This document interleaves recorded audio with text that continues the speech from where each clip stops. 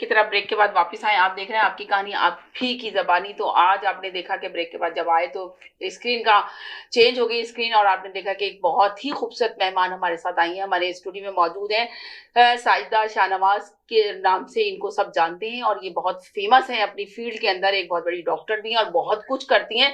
मैं चाहूँगी हमेशा, मैं तो इंट्रोडक्शन खुद ही आप लोग को देती हूँ, मगर मैं चाहूँगी ये अपनी ज़बान से अपना इंट्रोडक्शन दें, इसलिए कि ये भी बोलने में बहुत ज़्यादा अबूर इनको हासिल है और बहुत अच्छी से स्पीच करती हैं। तो ये ज़रूर अपने बारे में आपको बताएंगे और आपको ज़्यादा अच्छा लगेगा।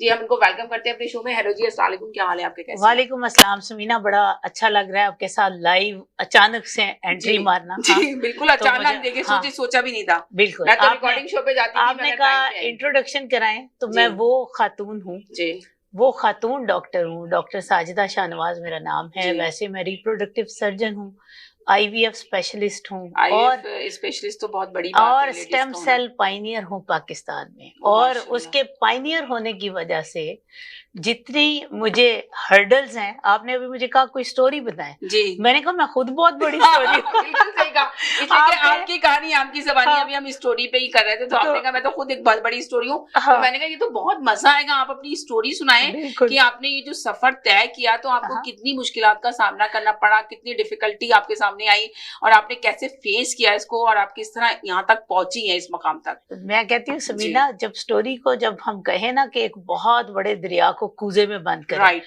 तो जो कूजे में रह जाता है ना, वो कुछ दरिया का पानी होता है, लेकिन उस पानी के टेस्ट से आपको पता चलता है कि दरिया कैसा था। राइट। मैं अभी जो आई हूँ, मेरी एसरम की American society for reproductive medicine की मीटिंग थी। मैं पाकिस्तान की तरफ से मैंने जो रिसर्च हो रही है उसको प्रेजेंट किया, ठीक है। और माशाल्लाह उसके लिए मुझे कितना compete करना पड़ा, कितना मुझे उन लोगों के साथ, और ख़ास तौर पर हमारे मुआशरे में, चाहे हमारी खातून कनाडा बैठी हो, चाहे अमेरिका बैठी हो, अगर कोई खातून तने तनहा हर्डल्स को आगे तय करने के बाद आगे जाती है ना, तो उसको मजा बड़ा आता है, क्योंकि उसके पीछे प्रोफेशनल जेलसी की इतनी तेज हवा होती है कि कुछ तो वो जोर लगा रही होती है आगे जाने के लिए, कुछ पीछे से वैसे ही हवा चल रही होती है। बिल्कुल तो ये राइट, बिल्कुल आपने सही कहा कि थोड़ी सी एनर्जी आ जाती है और पावर आती है कि भाई ये लोग इतना, कहते हैं ना कि जब इंसान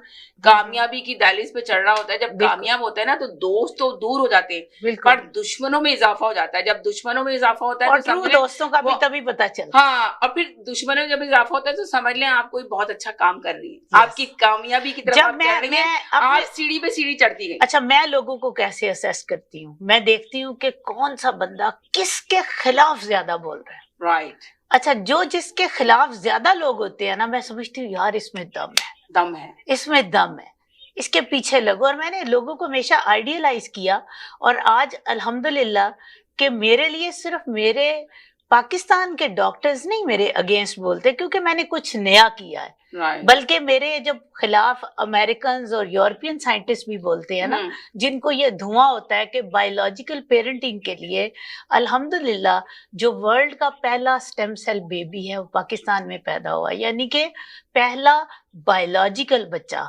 जिन लोगों में जैसे 0 स्पर्म है या जिनके 0 एग हैं, जिनको आईवीएफ भी नहीं हो सकता, दिस इज अमेजिंग। उन लोगों के लिए हमारा बायोलॉजिकल सेंटर पाकिस्तान में लाहौर में मौजूद है।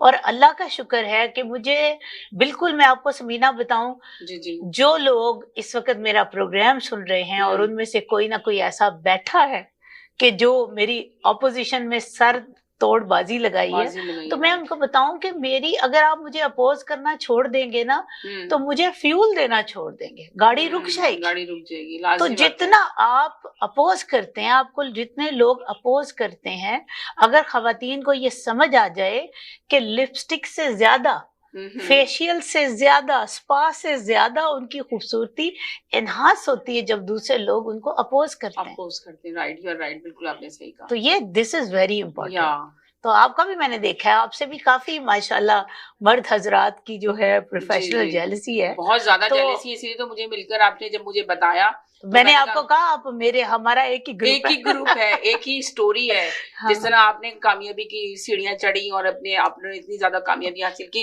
तो यकीनन इसके पीछे आपकी मेहनत, आपकी लगन और आपका टैलेंट। Thank you. बल्कि हमें WFA में ना हमें अपना यहाँ चेयरपर्सन चाहिए था। WFA एक वो हमारी NGO है जो वुमेन फ्रेंडली एसोसिएशन है, जो कि अक्रॉस द ग्लोब वुमेन को एम्पावर कर रही है। तो आई वुड लव कि आप हमें उसको ज्वाइन करें।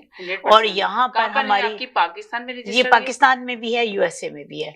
तो हम इसको जो ओवरसीज कम्युनिटी है ना उसको एम्पावर कर रहे हैं। तो इसको करने के लिए खवातीन में अगर आप जैसे लोग भी हमें ज्वाइन करें ना, तो यकीन करें कि कितनी खवातीन जो हैं वो बजाय इसके कि जब उनको मुखालफत होती है या कोई शख्स उनको गैस लाइटिंग करता है तो वो उससे सुसाइडल अटेम्प्ट करें। मैं चाहती हूँ कि ऐसी खवातीन मजीद आगे बढ़ें और लोगों के लिए रोल मॉडल बने। राइट। चाहे वो डॉक्टरी के प्रोफेशन से हो, किसी भी फील्ड, चाहे वो वकील हो, कुछ भी क्यों ना हो। राइट। आप घर की भी, अगर घर की लक्ष्मी है ना, घर में खाना बनाती हैं, तो आपसे बड़ा हीरोइन कोई नहीं है। यू आर राइट, सही कहा आपने। आप ना हो तो आपके हस्बैंड को लग पता चल जाएगा कि क्या चीज है। क्या चीज है। बात यह है कि हम अगर अपनी इम्पोर्टेंस खुद ही नहीं समझेंगे तो फिर कौन समझेगा? कौन समझेगा? यकीनन। मसला तो ये है कि औरत अपने आप को इम्पोर्टेंस ही नहीं समझती। आपने, आपसे एक पर्सनल सवाल है कि आपको कैसे डिसाइड किया आपने आप इस फील्ड में आई? कि आपको शुरू से शौक था या आपके पेरेंट्स चाहते थे? नहीं, मेरा समीना, मैं बहुत डेडिकेटेड थी। मैं बाय बर्थ मुझे लगता था कि मैं दुनिया की इंशाल्लाह कामयाब तरीन डॉक्टर हो सकती हूँ। मेरे दिल में ये था। ठीक है, क्यों था? मैं खेलती भी थी तो डॉक्टर बनती थी। अच्छा। ठीक है। और फिर मेरी खाला जो थी, जब मैं अभी बच्ची थी तो खाला हमारी यंग थी, तो उनका बच्चा नहीं हो रहा था, उन्हें IVF तजवीज किया गया। तो उनका IVF फेल हो गया, उन्होंने अपना घर बार बेच दिया। तो उसके बाद उनका IVF कामयाब नहीं था। तो जब वो रोने लगी बाहर आके, हॉस्पिटल से बाहर, तो मैंने उन्हें कहा खाला आप फिक्र क्यों करती हैं ना, मैं आपका IVF करूंगी। तो उन्होंने समीना एक लफ्ज मुझे कहा कि पुत्र साड़ियां ते हड्डियां गल जाएंगियां जब तुम IVF करोगी। लेकिन मैं हर उस औरत में जो इनफर्टाइल है उसमें मुझे अपनी खाला का चेहरा नजर आता है। और मुझे लगता है मैंने पाकिस्तान में अल्हम्दुलिल्लाह IVF उन लोगों को भी दिया। हमारी WFA ने, मैं खिराज तहसीन पेश करती हूँ इनको कि इन्होंने उन खवातीन का जिनमें ट्यूब्स बंद थी या जिनका कोई फीमेल फैक्टर था, उनको फ्री IVF तक की फैसिलिटीज हमने मिलके उनके लिए ये अपॉर्चुनिटीज दी आपने क्या दी। ताकि क्योंकि औरत के लिए तो बहुत जरूरी होता है ना, बहुत जरूरी है, एक बच्चा वगैरह होना जरूरी होता है। अभी आज मैं आ रही थी ना, औरत अधूरी कहते हैं ना, होती है, मगर ये भी अल्लाह के काम है, हम इसमें कोई अभी मैं अपनी सिस्टर के साथ इनकी महफिल मिलाद में थी। तो वहां मुझे अपने पेशेंट मिले, कई दफा मुझे एयरपोर्ट पे मिलते हैं। तो मुझे ऐसे लगता है कि कनाडा के अंदर तो जैसे मेरे बहुत सारे पेशेंट्स हैं, बहुत सारे हमारे ओवरसीज हैं जो आते हैं यहाँ से। और कितनी खुशी होती होगी ना, और जब वो इतनी मोहब्बत देते हैं समीना कि आप सोच नहीं सकते। वो सब आपके हकीकी फ्रेंड हैं और वही आपके वेल विशर हैं जो आपको इतने अच्छे लफ्जों में याद करते हैं। और इतना ज्यादा बहुत बड़ा काम है जो आप कर रही हैं इस वक्त, अल्हम्दुलिल्लाह। अल्हम्दुलिल्लाह बहुत जरूरत है लेडीज को इन सब चीजों की जो आप कर रही हैं, आगे बढ़े। मेरी तो दुआ है। बंदों को भी बहुत जरूरत है। जीरो स्पर्म बहुत कॉमन हो गया, आपको नहीं अंदाजा? हाँ है तो सही। मैं तो अभी प्रोग्राम भी कितने कपल्स हैं। अच्छा, जब मैंने कोविड हुआ तो मैंने वॉइस ऑफ अमेरिका में ये प्रोग्राम किया कि कोविड के बाद बहुत सारे मर्द जो हैं उनको जीरो स्पर्म होगा। ठीक है, वो मेरी वीडियो वायरल हुई, लोगों ने नीचे तनकीद लिखी, ये क्या बात हुई, शुभ शुभ बोलो, कैसी बातें कर रही हो। आप यकीन करें कि कोविड के बाद कितने मर्द हैं जिनको पता ही नहीं था कि हमें कोविड हुआ और वो जीरो स्पर्म हो चुका है उनका। अच्छा, देखिए, यानी जो मगर हमेशा ब्लेम देखिए, अगर जब औलाद नहीं होती, जनरल बात कर रही हूँ, औलाद नहीं होती औरत की यहाँ, जैसे शादी के बाद कम उम्र लड़की शादी होके गई है, औलाद नहीं हो रही है, तो कभी भी जो बड़े लोग होते हैं वो हमेशा ब्लेम औरत को करते हैं। और हमेशा कहते हैं, अभी भी देखिए इतना पढ़े लिखे हो गए, इतना चेंज हो गया माशरा, मगर अभी भी कहते हैं कि जाके पहले औरत जाके टेस्ट कराए अपना। जी, मर्द अपनी इंसल्ट फील करता है टेस्ट मैं तो समझती हूँ कसम से, मैं अगर उस मुल्क की कभी प्राइम मिनिस्टर बन जाऊं ना तो मैं शादी हराम कर दूं उस वक्त तक जब तक मर्द का टेस्ट ना हो, क्योंकि हमारे यहाँ समीना शादी इसलिए नहीं होती, it is not meant for companionship, ये इसलिए शादी की जाती है कि बच्चे हों, और जब बच्चे नहीं होते आप कहते हैं स्टोरीज, मैं आपको एक स्टोरी, मैं आपको मिलियन स्टोरीज सुनाऊंगी जो हमारे पाकिस्तान में भरी पड़ी हैं। मर्दों के 0 स्पर्म है और 3-3 निकाह किए हुए हैं, 3-3 शादियां की हैं। मैं पूछती तो ऐसे मर्दों के लिए आपने क्यों नहीं वायरल की वीडियो? उनकी तस्वीर बड़ी लगाई है, मैंने लगाई है, 3 शादियां करके बैठ गए, एक लगाई है उनके मुंह, एक औरत की जिंदगी बर्बाद कर दी तो दूसरी औरत की जिंदगी आपने शायद मेरा चैनल नहीं देखा, उसके ऊपर बहुत सारे लोगों की उनका नाम और मैं हटा के मैंने बहुत सारी वीडियोस लगाई हैं। अच्छा, उन्हें मैं भेजूंगी, उसके लिख के हमें, मैं भेज के अपने चैनल पे मैं आपको बताती हूँ कि मर्दों को जब मैं पूछती हूँ कि भाई तुमने क्यों इतनी 2 बीवियों को तुमने बताया नहीं कि ये मेरा मसला है, तीसरी की जिंदगी बर्बाद कर दी। मजे की स्टोरी सुने, अभी कोई महीना पहले एक बंदा आया मेरे पास, तो 3 बीवियां उसके साथ बैठी हैं। मैंने उसके कहा आपके 0 स्पर्म है, उसका टेस्टिकुलर साइज भी छोटा था, इसका मतलब है कि उसके स्पर्म कभी होंगे ही नहीं, टेस्टिकुलर फेलियर था। मैंने उसे बताया, कहता जी मेरे बच्चे हैं। मैंने कहा इसमें से हैं? किस में से हैं? कहता जी वो नाल वाली गवांढण नहीं, ओदे बच्चे मेरे ही ने। ओह माय गॉड, अंदाजा लगाए, मर्द तो बहुत बड़ी बात आपने आके मेंशन कर दी है। आप यकीन करें, अगर मैं कहूँ ना समीना, मैं अगर उन्हें कहूँ आपके स्पर्म 0 हैं, वो कहते हैं डॉक्टर साहब दोबारा देख लें, वो मेरी पुरानी रिपोर्ट देखें, ये इसमें तो इतने स्पर्म थे, ये फलां जगह मेरी, मैं कहती हूँ अच्छा 100 मिलियन थे ना, जो पकड़ के ले आओ, फिर मेरे से बात करना, जहां रखे थे ना वहां से उठा लाओ, मैं तो वो बात करूंगी जो आज की मौजूद है। और बहुत सारी खवातीन पीछे बैठी हुई हंस रही होती हैं, क्योंकि उन बेचारियों को पता होता है कि 0 स्पर्म नहीं, उन्हें पता होता है, लेकिन उनके हस्बैंड उनके सामने कन्फेस नहीं करते। लेकिन कई बहुत अच्छे मर्द भी हैं, इट्स नॉट ऑलवेज ट्रू। मैंने कई जगहों पे ऐसे ऐसे मर्द देखे हैं कि खातून को ओवेरियन फेलियर हो गया है, बच्चे नहीं हो रहे, और उन्होंने कोई शादी नहीं की, यानी कि अच्छे इंसानों से भी अभी दुनिया खाली नहीं है। सही कह रही है, वो दुनिया कायम, लेकिन शैतान भी बहुत बड़े हैं, बहुत बड़े हैं। कुछ लोग तो बेतहाशा समझ ले, और कहीं पे खवातीन भी बड़ी बड़ी हैं। देखें मर्द का बेचारे कई दफा वो छुपते हैं कि हमारा 0 स्पर्म है। मैं समझती हूँ कि मियाँ बीवी एक दूसरे का पर्दा है, असल आपका रिश्ता that is meant for companionship. right. तो आप एक दूसरे को एक्नॉलेज करें, एडोर करें, एक दूसरे की तारीफ करें, साथ को महसूस करें। बच्चे होना ना होना इट इज समथिंग एल्स, लेकिन आपका साथी होना, आपको पता नहीं है आपके साथी में कोई प्रॉब्लम है तो उसको आप रीअश्योर करें कि इट इज ओके, अब 0 स्पर्म का भी इलाज है, अब कम स्पर्म का भी इलाज है, अगर औरत के एग नहीं है उसका भी ट्रीटमेंट है, हम स्टेम सेल के जरिए उनकी ओवेरियन रिजुविनेशन करते हैं। बात यह है कि दिस इज नॉट ऑलवेज 100%, ये एक रिसर्च प्रपोजल है जो कि दुनिया में हो रहा है, लेकिन मुसलमान इसको ज्यादा कर रहे हैं। लोग मुझे कहते हैं, लोग जो मेरे अपोजिशन में बोलते हैं, वो कहते हैं समीना लो जी अमेरिका ने तो अभी बच्चा पैदा नहीं किया स्टेम सेल से, डॉक्टर साइदा आसमान से उतरी है, उतार लिया। मैं उन्हें कहती हूँ जी अमेरिका में आप कहते हैं ना ये इलीगल है स्टेम सेल, अमेरिका में स्पर्म डोनेशन लीगल है, ओवम डोनेशन लीगल है, स्पर्म डोनेशन लीगल है, तो फिर अमेरिका को फॉलो कर लेना। हमारा इस्लाम जिसको इलीगल कह रहा है वो यहाँ पे लीगल है, और हम आपके ही बॉडी के जरसूमे उठाते हैं और उन्हीं को प्रोसेस करके आपके अंदर रखते हैं, जो कि अल्लाह के हुक्म के ऐन मुताबिक है। हम मुसलमान हम मजबूर हैं कि हम बायोलॉजिकल पेरेंटिंग पर जाएं, हम स्पर्म डोनेशन नहीं कर सकते। अमेरिका क्यों निकालेगा कि रिप्रोडक्टिव स्टेम सेल सही है? अमेरिका में अगर एक आपका IVF हो रहा है ना, एक IVF, तो एक IVF की $10,000 आपकी कॉस्ट है, ठीक है। अगर आप स्पर्म डोनेशन या ओवम डोनेशन से करते हैं तो $30,000 है, तो $30,000 में गवर्नमेंट इन्वॉल्व, $30,000 में लॉयर्स इन्वॉल्व। और बहुत सारा माफिया बहुत है, सारा तो उन्हें क्या जरूरत है अपना बिजनेस खराब करने की? राइट, हम कर नहीं सकते। We can not proceed for sperm donation.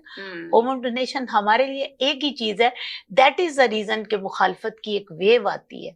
तो मैं लोगों को बताती हूँ कि फिर अमेरिका को फॉलो कर लो भाई। राइट, जाहिर है जब आप लोग इतनी बड़ी जो अगर आप उनके लीगल होने की बात करते हैं तो फिर आप अमेरिका को फॉलो कर लें। आप फिर इधर क्यों आए? बहुत अच्छी बात आपने की। मगर आप ये बताएं कि बहुत सारी खवातीन ऐसी आती होंगी जो बेचारी बहुत मजबूर होती होंगी, तो उनका जब आप करती होंगी इस तरह का, ये जिस तरह बेबी बर्न करती होंगी, तो वो कितना खुश होती होंगी?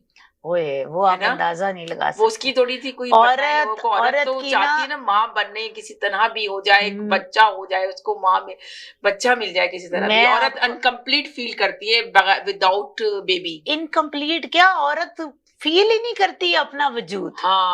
औरत का वजूद ही नहीं है शादी के बाद, जब तक उसका बच्चा ना हो। उसके माँ बाप का घर उसका कोई नहीं, उसके खामद का घर उसका कोई नहीं, सोसाइटी उसके खिलाफ खड़ी हो जाती है। ठीक है, तो औरत का तो वजूद ही खत्म हो जाता है। तो औरत की सर्वाइवल ही उसका बच्चा है। मर्द उसको बच्चा अडॉप्ट नहीं करने देता। अगर औरत अडॉप्ट बच्चा नहीं करने देता, मर्द इसलिए नहीं करने देता कि कहता है कि वो जायज नहीं है, इस्लाम में नहीं है, कैसे ना महरम हो जाएगा। अगर तुम वो लेकर आ रही हो, जब बड़ा होगा लड़का लेकर आ रही हो, तो वो है ना, कहते ना उसके लिए ना महरम हो जाएगा। मैं मौलवी तो नहीं हूँ, लेकिन मेरे पास एक ऐसी बात है, इसलिए कि मैं मौलवियों जा रही हूँ कि लोग बहुत ज्यादा ये बात करते हैं। मैंने काफी रमजान में एक बात उठाती हूँ, मेरी एक बात सुने कि तो हमारे नबी करीम मोहम्मद मुस्तफा सल्लल्लाहु अलैहि वसल्लम के जमाने में बच्चा पैदा होता था तो दूध पिलाने के लिए दूसरी औरत के पास जाता था। दूसरी औरत को अल्लाह ने कहा कि वो अपने बॉडी फ्लूइड से बच्चे को सींचे, पाले। अपने बॉडी फ्लूइड से वो अपना वो हिस्सा आगे करती है जो महरम के आगे सिर्फ हो सकता है। Right, okay. वो उस बच्चे को, वो बच्चा क्या है बेटा, कल को वो बड़ा नहीं होता, एक दफा उसने दूध पिया तो सारी उम्र के लिए वो बच्चा उसका महरम हो गया। इवन उस औरत की बाकी औलादें, उसकी औलादें उसकी महरम हो गई, उनसे निकाह नहीं हो सकता। हाँ, अच्छा मुझे ये बताएं, आपने ये पॉइंट, अच्छा एक औरत जो औरत बच्चा लेती है गोद में, उसने अपना मेन जो औरत अगर अनमैरिड औरत भी बच्चा के अडॉप्ट करे तो वो उसको दूध पिला सकती है। मैं उसको मेडिकल पॉइंट ऑफ व्यू से बताती हूँ कि वो दूध पिलाएगी तो उसकी रजाई माँ बनेगी। अगर दूध की एक बूंद भी उसके हलक में चली गई और उसने इस नियत से पिला दी कि मैं इसकी माँ हूँ, दूध की बूंद आई या नहीं आई, वो रजाई माँ है। तो मुझे बताएं कैसे हो सकता है? औरत तो बांझ हो ही नहीं सकती। औरत का तो बच्चा नहीं भी वो पालेगी। क्या कह रही है?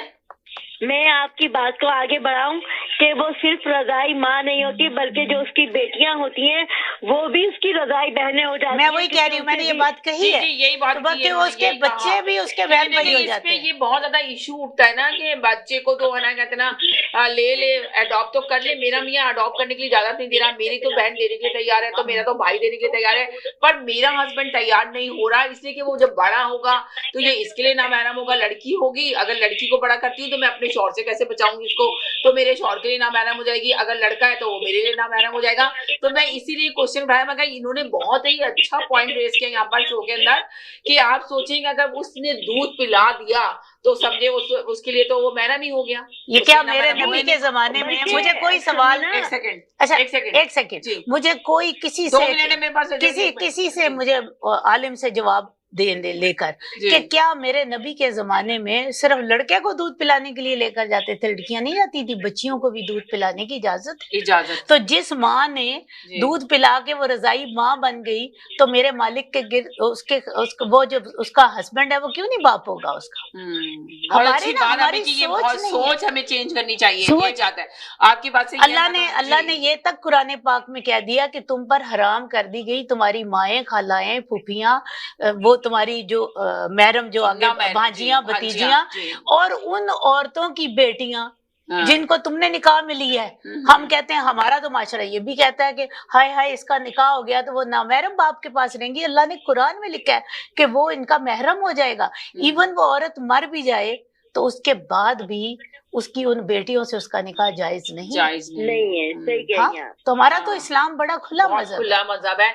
लास्ट के मेरे पास टाइम खत्म हो गया, बड़ा मजा आया आपके साथ मुझे शो करने में, हालांकि टाइम नहीं था मेरे पास, ज्यादा टाइम होता अगर आप ये लोग पहुंचे तो थोड़ा लेट पहुंचे, वरना मेरा प्रोग्राम के साथ तो 7 बजे रिकॉर्डिंग शो करना था, एक मखसूस शो करना था, स्पेशल शो, मगर फिर मैंने आपको आपकी फिर कहानी सही आपकी है जबानी में ही इंशाल्लाह। बिठाया, लाइव शो में चली आ गया ये मेरा शो, तो अभी टाइम नहीं है। बस लास्ट में मैं चाहूंगी थोड़ा सा अपने बारे में जो भी आप देना चाहती हैं लोगों को आपसे कांटेक्ट करना चाहिए, कहाँ करें कांटेक्ट, किस तरह करें आपसे कांटेक्ट, और लोगों की बहुत नीड है इस वक्त, औलाद बहुत जरूरी है, और लोगों की समझ में नहीं आता कि किस तरह किस डॉक्टर के पास जाएं, किससे अपना ट्रीटमेंट लें और किस तरह IVF कराएं। तो ये जरा आप थोड़ा सा मेंशन कर दें कि आप जो इतना बड़ा यहाँ पे ट्रीटमेंट दे रही हैं लोगों को, खवातीन को खासकर, जो आप कर रही हैं ये काम, ये तो आप बहुत बड़ा नेकी का काम कर रही हैं।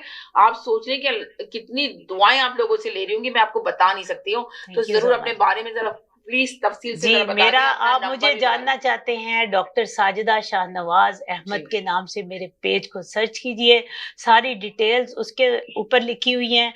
एक वेबसाइट आपको याद दिहाने के लिए बता रही हूँ, sakinainternational.com पे जाइए। इवन अगर आप अफोर्ड नहीं भी करते, आप किसी कैंप में रजिस्टर होना चाहते हैं, तो हमारा कैंप पोर्टल भी है, उसके ऊपर आप सारी इंफॉर्मेशन दें, और साजिदा शाहनवाज @yahoo.com पे हमें मैसेज कर दें। हमारी एक हेल्पलाइन है 030041374949।